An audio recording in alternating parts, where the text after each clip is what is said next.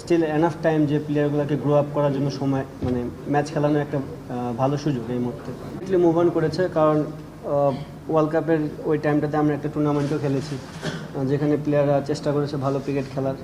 সবচেয়ে বড় জিনিস কি আপনার যেহেতু ইন্টারন্যাশনাল গেম, প্রত্যেকটা গেমই আপনার জন্য প্রত্যেকটা প্লেয়ারের জন্য খুবই ইম্পর্টেন্ট। আমার মনে হয় তারা এইভাবেই চিন্তা করবে এবং বাংলাদেশের ফরে খেলার জন্য যা যা করণীয় দরকার, যে উইনিং মাইন্ডসেট একটা দরকার, সেটা নিয়ে মাঠে নামবে। অবভিয়াসলি একটা জিনিস হচ্ছে অনেক দিন পরে আমরা আবার টি-20 ফরম্যাটটা খেলতেছি। প্রথম দিক দিয়ে আমরা কোনো বাড়তি প্রেশার দিতে চাচ্ছি না, খেলুক, দুই একটা গেম খেললে যে যা জায়গা থেকে অটোমেটিক বুঝতে পারবে, কারণ এটা একটা সেট আপেরও বিষয় আছে। একটা ভালো দিক যে এই বছরে যে 9টা ওয়ানডে টি-20 হবে, তিনোটাই ভালো টিমের সাথে এবং ব্যাক টু ব্যাক সিরিজগুলো আছে, তো এটা একটা পজিটিভ সাইন যে আমরা একবার খেললে পরের সিরিজটাও আমাদের জন্য একটু হলেও তুলনামূলকভাবে ইজি হয়ে যাবে।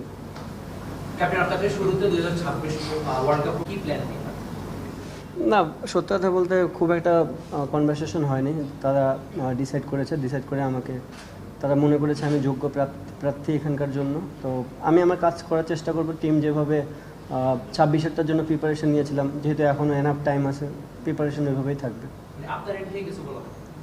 আমার এন্ড থেকে না না, আমার কাছে মনে হয় না খুব একটা বিগ কনসার্নের বিষয় এটা।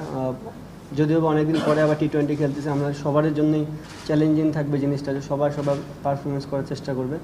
আমার মনে হয় কয়েকটা গেম খেললে আবার এই জিনিসটা ওভারকাম হয়ে যাবে। ওভারঅল ভালো। আমার কাছে মনে হয় যে আমাদের এই সাইডটাতে জেনুইন 6টা ব্যাটসম্যান অলওয়েজ খেলে। সাথে আপনারা জানেন রিশাদ এবং শেখ মেহেদি দুজনই ব্যাটিং করতে পারে, এবং পেস বোলারদের ভিতরে সাকিব আছে, সাইফুদ্দিন আছে, সাকলাইনও এখন নতুন জয়েন হয়েছে। তো ওভারঅল খুবই একটা ব্যালেন্স সাইড আমার কাছে মনে হয়। সেক্ষেত্রে এই দলটাকে কি টি-20-তে সামনে পাঠানো করা যাবে? একটা দুটা গেম খেলি আগে, দেন বুঝতে পারবো।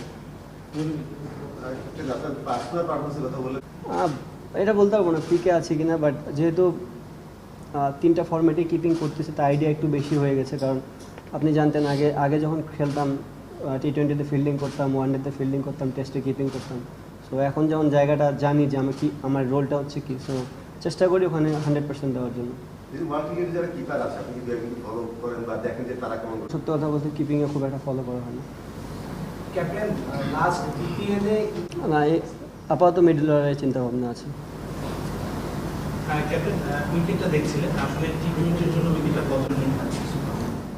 ফার্স্ট অফ অল উইকেটটা দেখেছি, উইকেট দুই টিমের জন্য ইকুয়াল থাকবে।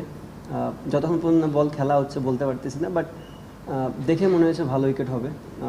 নতুন যে কেউ এটা আমাদেরকে দেখতেছেন প্রোভাইড করতেছে খুব ভালো ভালো উইকেট অনেক দিন ধরেই, তো হোপ যে এটাও ভালো উইকেট হবে।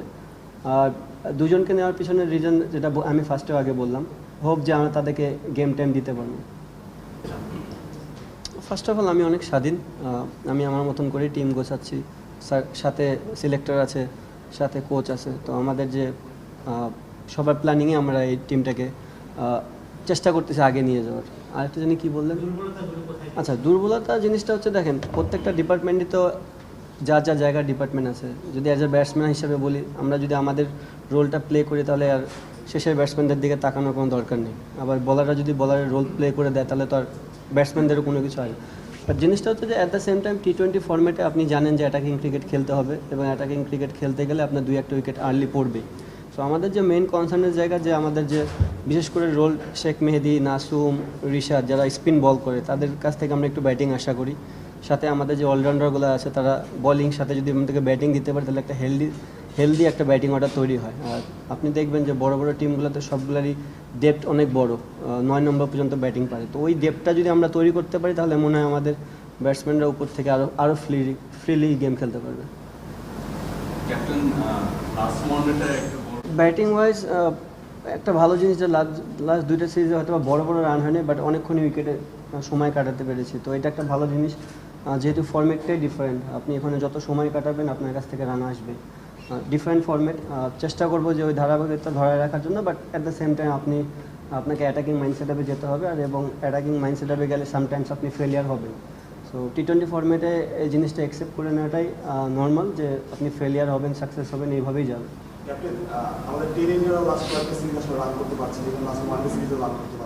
হ্যাঁ, বাট আপনি যদি দেখেন ওভারঅল এই আমার টিমে, মানে বিশেষ করে টি-20 ফরম্যাটে যে 5জন আমরা ট্যালেন্টারকে ধরতেছি, 5 পেস বলারের ভিতর 3 জনই খুবই ভালো ব্যাটিং পারে, এক্সেপ্ট আমি যদি শরীফুল অ্যান্ড রিপন মণ্ডলকে দেখি তাহলে হয়তো বা তারা খুব একটা ভালো ব্যাটসম্যান না, বাট টুকটাক 5-6 রান করে দিতে পারবে।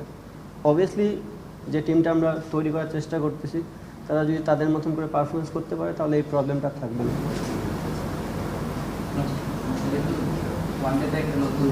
ফরম্যাট তো ডিফারেন্ট, আমি আগেও বললাম ফরম্যাট অনুযায়ী মানুষ মাইন্ডসেট আপ চেঞ্জ করে।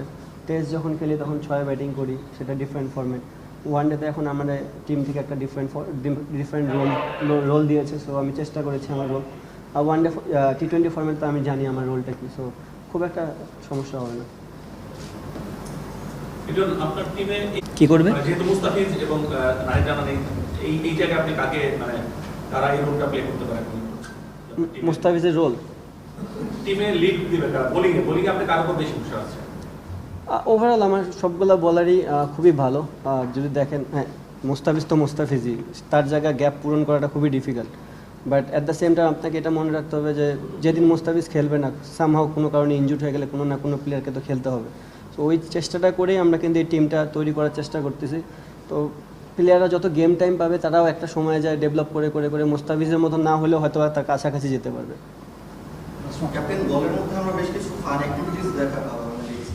ডেফিনেটলি চেষ্টা করবে ম্যানেজমেন্ট সাইড থেকে যে এরকম ব্যাটসম্যানদের জন্য যেন এরকম কিছু থাকে, ফিল্ডারদের জন্য থাকে। আর অবশ্যই আপনি যখন ফরম্যাটটাই এমন, এই ফরম্যাটে আপনার 1 সেকেন্ডে এক বলের ভিতর খেলা চেঞ্জ হয়ে যায়। সো যতটা ফ্রিলি মাইন্ডে থাকা যায়, এবং আপনি জানেন যে পেস বোলারদের শেষ ডেট ওভারে স্লো ইয়র্কারটা খুব ইম্পর্টেন্ট। তো ফান গেমের সাথে সাথে তাদের স্কিলটাও ডেভেলপ হয়ে যাবে।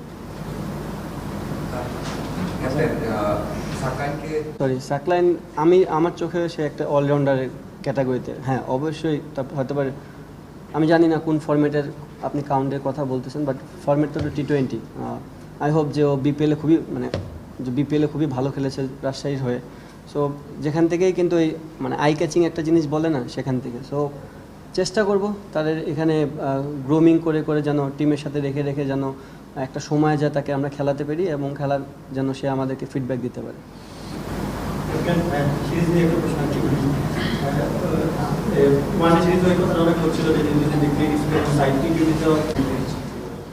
First of all New Zealand is a big name. মানে আপনি যদি ওয়ার্ল্ড ক্রিকেটে চিন্তা করেন, তাদের রেকর্ড সবসময় হাই। লাস্ট ওয়ার্ল্ড কাপের সেমিফাইনাল খেলেছে T20। হয়তো বা তারাও এক্সপিরিয়েন্স করার চেষ্টা করতেছে, কিছু নতুন প্লেয়ার আনছে। বাট যখন একটা কান্ট্রি বিগ নেম হয়, তাদের নিশ্চয়ই কোনো না কোনো পোটেনশিয়াল আছে। আর ফরম্যাটটাই এমন যে এই ফরম্যাটে আপনি 2টা ব্যাটসম্যান 2টা বলার খেলে দিলে আপনি জিতে যাবেন। সো আমাদের চেষ্টা যেভাবে আমরা এতদিন ধরে অন্য টিমের সাথে খেলে আসছি সেটাই থাকবে, এবং আমাদের বেস্ট ক্রিকেটটাই খেলতে হবে।